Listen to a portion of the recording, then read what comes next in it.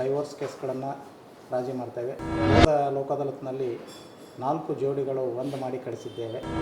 ಯಾವುದೇ ಪಕ್ಷಕಾರರು ನ್ಯಾಯಾಲಯದ ಶುಲ್ಕ ಪಾವತಿ ಮಾಡಬೇಕಾಗಿಲ್ಲ. ಆಲ್ರೆಡಿ ಕೋರ್ಟ್ ಫೀ ಕಟ್ಟಿ ಪೆಂಡಿಂಗ್ ಇರೋ ಪ್ರಕರಣಗಳಲ್ಲಿ ಕೋರ್ಟ್ ಫೀಯನ್ನು ರೀಫಂಡ್ ಮಾಡ್ತೀವಿ.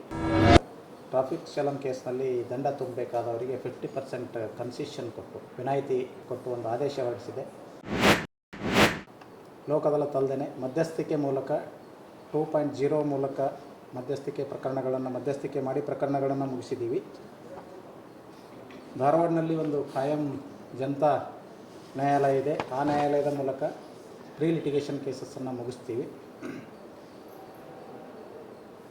ಈ ಒಂದು ಪ್ರಕ್ರಿಯೆಗಳಿಗೆ ಜನರು ತಮ್ಮ ಪಾರ್ಟಿಷನ್ ಸೂಟ್ ಆಗ್ಬೋದು, ಮೇಂಟೆನೆನ್ಸ್ ಕೇಸ್ ಆಗ್ಬೋದು, ಸ್ಪೆಸಿಫಿಕ್ ಪರ್ಫಾರ್ಮೆನ್ಸ್ ಸೂಟ್ ಆಗ್ಬೋದು, ಇಂಜಂಕ್ಷನ್ ಸೂಟ್ ಆಗ್ಬೋದು, ಡಿಕ್ಲರೇಷನ್ ಸೂಟ್ ಆಗ್ಬೋದು, any kind of civil litigation ಇದ್ದು ಅಂಥ ಸಂದರ್ಭದಲ್ಲಿ ಒಬ್ಬರು ರಾಜಿ ಆಗಲಿಕ್ಕೆ ಪ್ರಯತ್ನ ಮಾಡಿದರೆ ನಮ್ಮ ಪ್ರಾಧಿಕಾರಕ್ಕೆ ಬಂದು ಜಸ್ಟ್ ಇಂಟಿಮೇಟ್ ಮಾಡಿ ತಿಳಿಸಿದರೆ ನಾವು ಅಪೋಸಿಟ್ ಪಾರ್ಟಿಯನ್ನು ಕರೆಸಿ ಅವರ ಇಂಗಿತವನ್ನು ತಿಳ್ಕೊಂಡು ಅವರ ಮನವೊಲಿಸಿ ರಾಜಿ ಮಾಡಲಿಕ್ಕೆ ಪ್ರಯತ್ನ ಮಾಡ್ತೇವೆ. ಕ್ರಿಮಿನಲ್ ಕಂಪೌಂಡೇಬಲ್ ಕೇಸಸ್ ರಾಜಿ ಮಾಡ್ತೇವೆ, MEC ಕೇಸಸ್ ರಾಜಿ ಮಾಡ್ತೇವೆ, LAC ಕೇಸಸ್ ಮಾಡ್ತೇವೆ, 125 CRPC ಅಂದರೆ ಜೀವನಾಂಶದ ಪ್ರಕರಣಗಳನ್ನು ಮಾಡ್ತೇವೆ. ಕೌಟುಂಬಿಕ ವ್ಯಾಜ್ಯಗಳು, ಡೈವೋರ್ಸ್ ಕೇಸ್ಗಳನ್ನು ರಾಜಿ ಮಾಡ್ತೇವೆ. ಹೋದ ಲೋಕದಾಲತ್ನಲ್ಲಿ 4 ಜೋಡಿಗಳು ಒಂದು ಮಾಡಿ ಕಳಿಸಿದ್ದೇವೆ. ಅಂತಹ ಒಂದು ಪ್ರಯತ್ನದ ಕಾಲಕ್ಕೆ ಯಾವುದೇ ಪಕ್ಷಕಾರರು ನ್ಯಾಯಾಲಯದ ಶುಲ್ಕ ಪಾವತಿ ಮಾಡಬೇಕಾಗಿಲ್ಲ. ಇಲ್ಲಿ ಇತ್ಯರ್ಥವಾದ ಮೇಲೆ ಇದ್ರ ಮೇಲೆ ಅಪೀಲ್ ಇರೋದಿಲ್ಲ.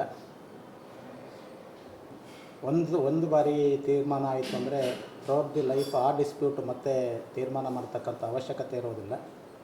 ಆಲ್ರೆಡಿ ಕೋರ್ಟ್ ಫೀ ಕಟ್ಟಿ ಪೆಂಡಿಂಗ್ ಇರೋ ಪ್ರಕರಣಗಳಲ್ಲಿ ಕೋರ್ಟ್ ಫೀಯನ್ನು ರೀಫಂಡ್ ಮಾಡ್ತೀವಿ.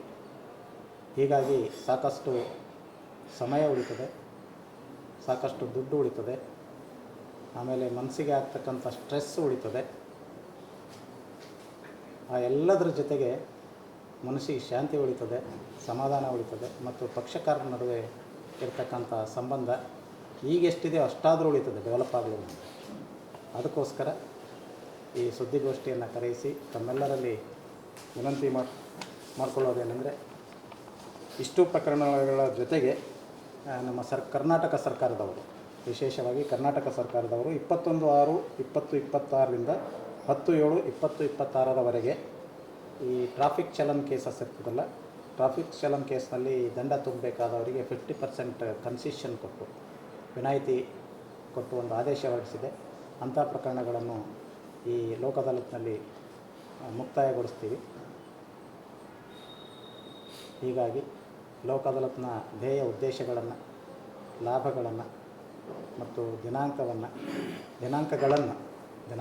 ದಿನಾಂಕಗಳನ್ನು ಸಾರ್ವಜನಿಕರಿಗೆ ತಿಳಿಸುವತ್ತ ತಾವೆಲ್ಲರೂ ಪ್ರಯತ್ನ ಮಾಡ್ತೀರಿ ಅಂತ ಇವತ್ತಿನ ಸುದ್ದಿಗೋಷ್ಠಿಯನ್ನು ಕರೆದಿದ್ದೀವಿ. Thank you sir. ಈಗ ಅಂಕಿಅಂಶಗಳನ್ನು